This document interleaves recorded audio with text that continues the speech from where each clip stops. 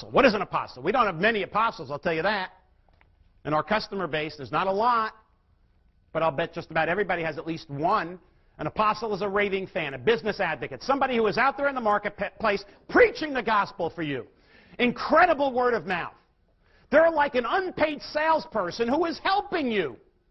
Now, you don't have to ask them for referrals. What do? They send it to you.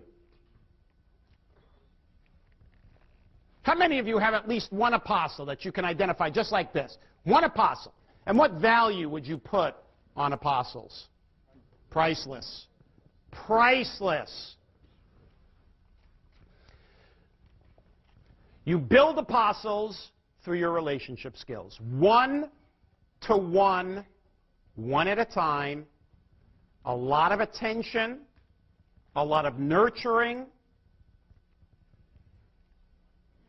Now I'm going to show you a strategy that you can create more apostles. Before I show you the strategy, let me ask you this. How many of you have a written plan, step-by-step action plan, on how you will increase the number of apostles that you have each and every year? You have it written down, and it's step-by-step action plan. Can I see your hands? All right. 2 people, which is 2 more than this morning. Because most audiences, I don't care how big the audience is, I rarely see a single hand go up. And the reason is, we know apostles are priceless. We love apostles. We wish we had more of them. And we just think that they happen. They either happen or they don't. You can create apostles. Now, I'm going to show you something, and I guarantee you that all the time and money you invested to be here tonight, this one idea will pay it back 1,000-fold. But you need to go back and do it. And herein is the big problem. Unfortunately, many of you will not. You'll say that's a great idea, and you'll go back and you'll get back into the routine of things, and you won't put this into play. By the way, you don't need many apostles to have a significant, sustainable impact in your marketplace. Significant, sustainable. How many apostles do you think you need? It's not a lot. How many? 12. There's a good number. I don't know what that number means. Has a good ring to it. 12 apostles. That's what I want you to shoot for. 12 apostles. Significant, sustainable impact. You only need 12. That's it. Now here's my plan for you. However many apostles you have today, let's say you have 3. Right? And by the way, you may think you have 3, but I bet many of you do not. A true apostle. I've been in business 30 years as a speaker. I probably don't have many more than 12, because it takes work. It takes work to build apostles, and it takes work to keep apostles. And many people don't want to put in the time and effort.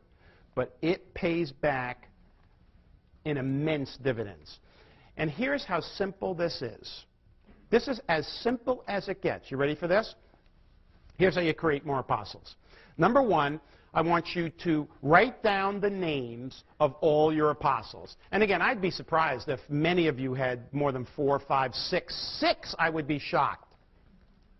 Real apostles. I'm not talking about good customers. I'm talking about apostles. People are out there just preaching the gospel for you. Number 2, I want you to look at the names of those apostles that you write down, and then I want you to write out a list of things that you do with those apostles that you might not do with your other customers, or things you do with those apostles that you do with other customers, but you do more of it and you do it better with your apostles. Now, what do you think that might be? Now, I want to show you how this works, because there's a little catch here. So those of you who have apostles, if you were going to write one thing down that you do with your apostles that you might not do with any of your other customers, or you do it better or more with your apostles than you do your other, what would that be? What would you write down on that list? Anybody? Communicate. All right, now, I was hoping I'd get something like that. All right? Here's why I asked for this, because I knew I'd get something general. I communicate with them. All right? Now, that's important, but watch what we're going to do here. I want somebody looking at this list Another person in your company looks at this list and they say, I communicate with them. What would they do? What does that mean, I communicate with them? Is that open to interpretation? How do I communicate? How often do I communicate? What mode of communication do I use? Now, so let's get specific. I'm looking for something that I write down that somebody else could look at for the very first time and say, I know exactly what to do. It's spelled out right there. So let's go back to I communicate with them. Give me a specific. Family. So you get involved with them in family-related activities? Okay. Now that's so what he's saying is with apostles, he actually gets involved in family-related activities with the apostles. So if it's a child's graduation, if it's a birthday, it's an anniversary, you may celebrate it with them. So they're probably also friends too, aren't they? There's a social aspect here.